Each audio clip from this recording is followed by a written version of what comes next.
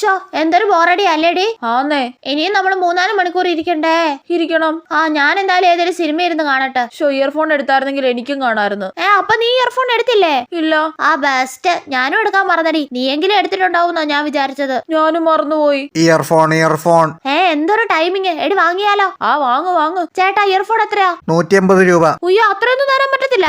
എന്താ ചേച്ചി ഇതില് നമുക്ക് ലാഭമില്ല ചേച്ചി. ഒന്നും പറഞ്ഞ പറ്റത്തില്ല. 150 ഒന്നും തരാൻ പറ്റത്തില്ല. എടി, ആൾക്കാരൊക്കെ ശ്രദ്ധിക്കുന്നുണ്ടേ. 100 രൂപയ്ക്കാണെങ്കിൽ ഞാൻ വാങ്ങിക്കാം. എന്താ ചേച്ചി? എടി, എല്ലാരും നോക്കുന്നുണ്ട്. 150 കൊടുത്തേക്ക്. വേണ്ടാതിരിക്കടി. 100 രൂപ ഓക്കെ അല്ലേ?